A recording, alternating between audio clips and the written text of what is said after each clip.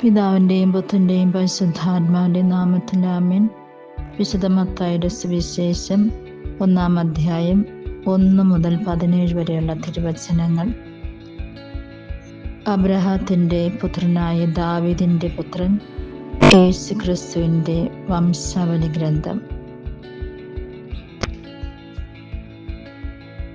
Abraham മുതൽ ദാവീദ് വരെ 14, ദാവീദ് മുതൽ ബാബിലോൺ പ്രവാസം വരെ 14, ബാബിലോൺ പ്രവാസം മുതൽ ക്രിസ്തു വരെ 14 തലമുറകളാണ് ആകെയുള്ളത്.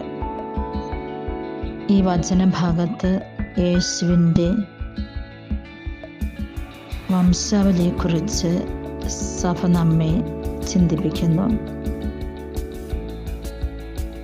യേശുവിൻ്റെ വംശാവലിയിൽ നല്ല മനുഷ്യരുണ്ട്, എന്നാൽ ദുഷ്ടരായിട്ടുള്ള മനുഷ്യരുണ്ട്. അവരെല്ലാവരും ജീവിച്ചു വളർന്ന സാഹചര്യങ്ങളുണ്ട്, കടന്നുപോയ വഴികളുണ്ട്. എന്നാൽ യേശു ക്രിസ്തു ജനിക്കുന്നത് ദാവീദിൻ്റെ വംശത്തിൽ നിന്നാണ്. നമ്മൾക്കത് അറിയാമുള്ള കാര്യം തന്നെ.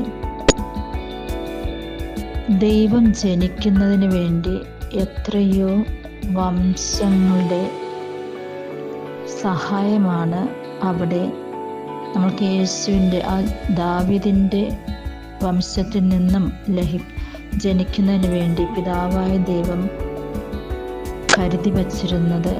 എത്രയോ മനുഷ്യരിലൂടെയാണ് കടന്നു പോയിരിക്കുന്നത്. നമ്മുടെ ജീവിതത്തിലും നമ്മുടെ പൂർവികരെ ഒന്നെടുത്തു നോക്കാം. പൂർവികരുടെ ആ ജീവിത മാതൃകകൾ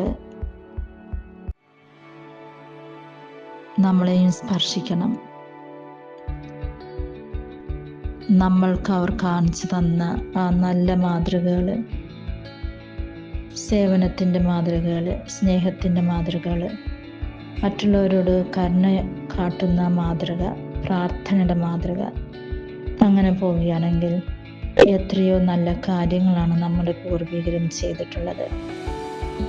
പൂർവികരെ നമുക്ക് സ്മരിക്കാം, ദൈവത്തിന് അവരെ ഓർത്ത് നന്ദി പറയാം. അവരിൽ നിന്ന് നമ്മൾക്ക് പഠിക്കാൻ പറ്റുന്നതൊക്കെയും പഠിക്കാം, നമ്മുടെ ജീവിതത്തിൽ പ്രാവർത്തികമാക്കാം.